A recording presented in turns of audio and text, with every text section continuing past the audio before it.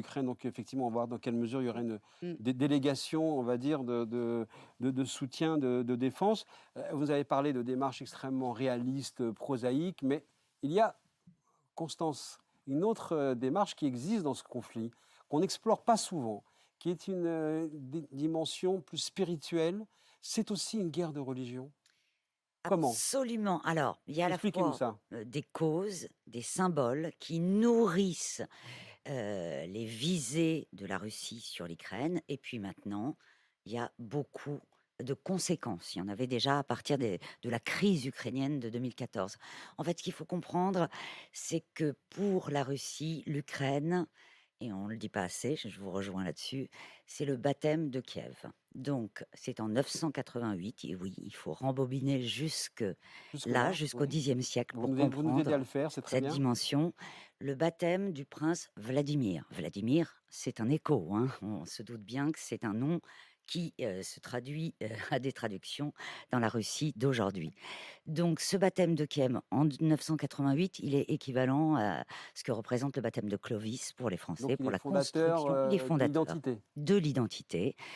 Et évidemment, il y a toute une historiographie de la Russie qui est née beaucoup bien plus tard, au XVIe siècle seulement, qui reprend cette identité de la Rousse. C'est le baptême de la Rousse, une principauté de l'époque, et donc qui va donner le nom Russie. Et pour que la Russie soit chrétienne, il faut évidemment qu'elle ait des liens avec ce territoire, cette ancienne principauté de la Rousse. Et évidemment, ça, c'est des choses, que tous les Slaves savent, Alors, mais est-ce que vous on nous l'oublie l'expliquez ici. Mais ça, effectivement, voilà, c'est des voilà, des guerres de position liées, à des vues et des visées identitaires et des projets identitaires. voilà, il y a Donc ce symbole donc déjà de commun qui oui? fait que pour la Russie, sans l'Ukraine, la Russie n'est ni un empire, politique, ni religieux, ni Parce territorial. qu'il Elle a ne peut pas y avoir besoin. d'objectif de négociation de paix alors, vous dites? Alors, c'est plus compliqué que ça. Enfin, en tous les cas, il y a des incidences déjà parce que maintenant, cette guerre a entraîné toute une recomposition de toutes les églises orthodoxes en Ukraine, donc ça c'est considérable, avec des guerres de chapelles qui sont très vives, avec des gens qui s'arrachent des lieux de culte et avec des gens surtout qui ont rompu avec le patriarcat orthodoxe de Moscou, qui jusqu'à présent avait, on va dire, 30 millions ou 30, enfin, j'ai plus les chiffres exacts en tête, mais en tous les cas, qui était à la direction d'un cheptel d'âmes en Ukraine qui constituait un nombre très Donc important c'est une de quand même, ces je reviens brebis. là-dessus, c'est une trame que vous dessinez qui rend difficile un jour l'arrivée de la diplomatie et du rationnel pour pouvoir, calmer les esprits. On a vu le pape, qui était en Hongrie, Voilà. il y a quelques jours. Il a lui aussi fait un appel, donc pour retrouver, l'âme européenne, qui n'est pas l'âme guerrière, mais l'âme de la paix. Est-ce que c'est de nature, ce genre de déclaration et de positionnement, à faire bouger les gens ou c'est des paroles, on va dire classiques? Alors là, c'est encore un autre terrain. C'est est-ce qu'il y a une marge d'action pour la diplomatie du Saint-Siège? Parce que toute cette guerre religieuse en Ukraine, elle va toucher à la fois le patriarche de Constantinople, parce qu'il dirige et il peut reconnaître l'autocéphalie, c'est-à-dire l'indépendance de nouvelles églises orthodoxes en Ukraine qui ont fait appel à lui et qui sont reconnues, ce qui est une perte encore une fois pour Kirill qui là-dessus, comme Poutine, a perdu la Le guerre. pape a essayé, Mais le pape François a essayé de rencontrer d'ailleurs, Kirill. Hilarion, alors Kirill, alors oui, il l'a rencontré une fois en 2016 à La Havane. Il Mais aurait depuis le dû. début du Alors non, conflit? depuis le début, il y a eu un rendez-vous annulé à cause d'une conférence, un visio, un Zoom qui s'est très mal passé, à l'issue duquel le pape a dit ses 4 vérités au patriarche Kirill en lui disant: «Vous ne devez pas être l'enfant de cœur de Vladimir Poutine». Donc ça a créé là, finalement la fin, du jeu de dupes parce que le Vatican a toujours et longtemps essayé de ménager, en effet, l'Église orthodoxe comme une voie, un canal possible pour atteindre Vladimir Poutine. Qu'est-ce que ça vous inspire, Patricia Lémonière? Il y a C'est plus ça m'inspire plusieurs choses. Le Vatican, la diplomatie du Vatican est basée sur le dialogue avec les 2 parties, les 2 ennemis. Et ça, on l'a vu en Afrique du Nord avec l'Algérie où Sand'Egidio a effectivement essayé et le Vatican aussi. Enfin, on voit très bien que le Vatican, chaque fois, est à la manœuvre des 2 côtés. En tout cas, il essaye de tisser des liens. Mais ce que je voudrais dire aussi, c'est qu'il faut faire toujours très attention à l'instrumentalisation de l'histoire. Parce que, ma foi, Charlemagne, où siégeait-il? Et si Charlemagne siégeait si loin de Paris, ma foi, on ne pourrait pas envisager la reconstitution d'un grand empire. Mmh. Alors, lequel s'approprie Charlemagne, les Allemands, nous, enfin, je ne sais pas. Mais en tout cas, faut faire très attention à chaque fois. C'est des forces politiques qui instrumentalisent l'histoire et qui la réécrivent à leur profit. Et j'espère qu'un jour, les Italiens ne voudront pas regarder le comté de Nice. Enfin, vous voyez, on peut faire des tas. Il faut faire toujours très attention. Et ce qui est très intéressant, c'est effectivement d'étudier cette instrumentalisation, parce qu'on voit les buts cachés de tous les conflits derrière Et cette vous dites, instrumentalisation. vous rappelez effectivement que la diplomatie Vatican rassemble toujours Elle les 2 essaye. parties donc, antagonistes. Il y a eu cette fameuse prière qui a été organisée à l'époque. Alors cette fois-ci, c'est pour le Proche-Orient entre Mahmoud Abbas et Shimon Peres avec donc, le pape François. Mm. Euh, Est-ce que ça donne quelque chose Alors parce qu'on a l'impression évidemment, que c'est la grande, je dirais, la grande volonté de ce pontificat d'avoir voulu installer la diplomatie de la prière. Dites-nous. oui, alors évidemment, on peut considérer que c'est un vœu pieux, on peut Non, non, considérer mais que on me c'est pose la une question. utopie, et c'est vrai, ça s'inscrit sur un registre qui ne peut pas faire des miracles dans C'est le moins qu'on l'actualité puisse pour dire. nous, les journalistes.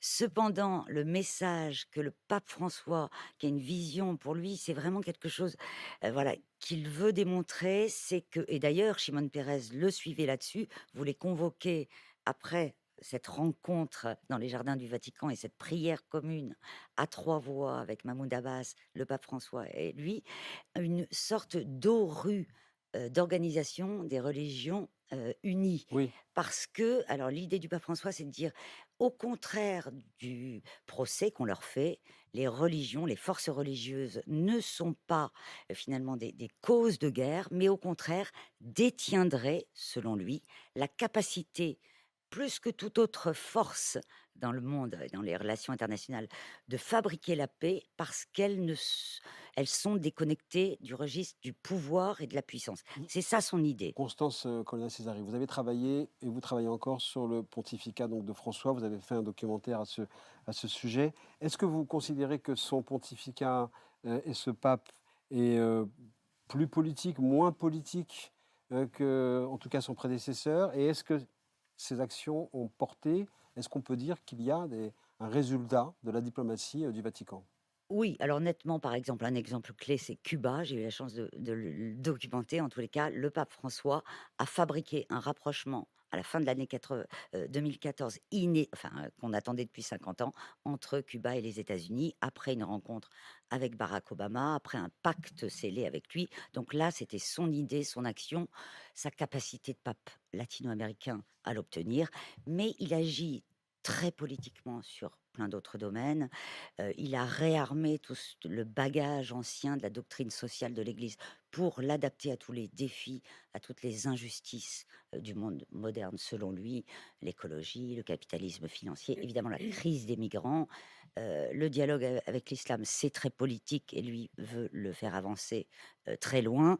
Alors, il a des résultats, mais il a surtout beaucoup d'opposition. On en parlera. Merci beaucoup. On sera amené à en reparler effectivement, donc assez régulièrement parce que c'est quand même un sujet effectivement très très important. Et aujourd'hui à Moscou, eh bien, on paradait. Hein, c'était donc le 9 mai, mais ça va être donc durant toute cette période-là où on voit bien que donc Vladimir Poutine a voulu marquer à sa manière, alors qu'il est quand même en difficulté sur le terrain de l'Ukraine, eh bien la victoire donc des soviétiques face aux nazis en 1945. Et à sa manière, eh bien Zelensky lui a souhaité justement l'avenir, et on va voir ce qu'il a dit. On écoute, on regarde. Pour la Russie, pour nos valeureuses forces armées, pour la victoire. Hurrah! Tout le vieux mal que la Russie moderne ramène sera vaincu de la même manière que le nazisme a été vaincu. En opposition à nos idéaux, cet ennemi a de nouveau mis en place l'agression et l'annexion, l'occupation et la déportation. le meurtre de masse et la torture, bombardant les villes et brûlant les villages. Notre victoire sera la réponse à tout cela. Lydia Tarrant, est-ce que ce genre de message donc qu'envoie le président Zelensky en disant, voilà, en quelques mots, la Russie sera vaincue comme le nazisme a été vaincu en 1945, est-ce de nature à redonner le moral ou à entretenir la flamme de la résistance de la société ukrainienne? Bah, on dit aujourd'hui que c'était en Russie, c'était défilé de tueurs, défilé des orques, vraiment. C'est parce que tout ce que ces gens ont fait chaque jour, c'est tuer et créer de douleur pour les Ukrainiens. Bah oui, on soutient notre président et je dois dire que la meilleure chose que les Russes fassent pour remonter notre morale chaque jour, ça, ce sont les attaques par missiles, ça se frappe des missiles, frappe de drones iraniennes, parce que ça, c'est effrayant, cela apporte beaucoup de douleur et en même temps, c'est le plus grand moment d'unité contre un ennemi. Donc, et il y a aussi le sondage, les chiffres nouvelles de ce matin, ils montrent que 72 presque de citoyennes ukrainiennes pensent que la guerre peut se terminer juste avec victoire sur la Russie et il n'y a pas de place pour le compromis.